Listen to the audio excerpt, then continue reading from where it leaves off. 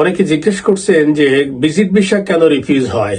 Visit visa refuse হওয়ার অনেকগুলো কারণ আছে। তার ভিতরে নাম্বার 1 কারণ হচ্ছে আপনারা যে সোর্স অফ ইনকাম আপনাদের আছে বা ব্যাংক ট্রানজাকশন আছে, এর সাথে আপনারা যে স্টেটমেন্ট লিখেন তার সাথে কখনো রিফ্লেক্ট করে না। দ্বিতীয়ত, আপনাদের সোর্স অফ ইনকামটা ভ্যালিড না বা লফুল না।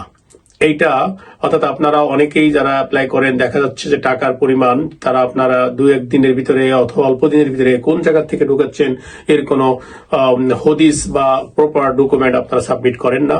এটার কারণে ভিজিট ভিসা রিফিউজ হয়। তৃতীয়ত, আপনি যে দেশে ফেরত যাবেন এই ব্যাপারে প্রপার কোনো এভিডেন্স না থাকার কারণে তারা মনে করে যে আপনি জেনুইন ভিজিটর না।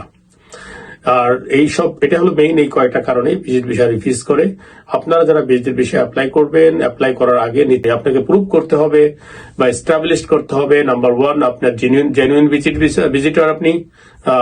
ভিজিটর আপনি। দ্বিতীয়ত, আপনাকে প্রুভ করতে হবে আপনার ফাইন্যান্সিয়াল ক্যাপাসিটি আছে। তৃতীয়ত, আপনার সোর্স অফ ইনকাম যেটা আছে এটা লফুল এবং এটার ভ্যালিড কাগজ জমা দিতে হবে। চতুর্থত, আপনাকে প্রুভ করতে হবে যে আপনি ভিজিট ভিসা শেষ হওয়ার আগেই দেশে ফেরত যাবেন অর্থাৎ দেশে ফিরে যাবেন। তাহলে আপনি আশা রাখি আপনার ভিজিট ভিসা সাকসেসফুল হবে। ধন্যবাদ আপনাদেরকে।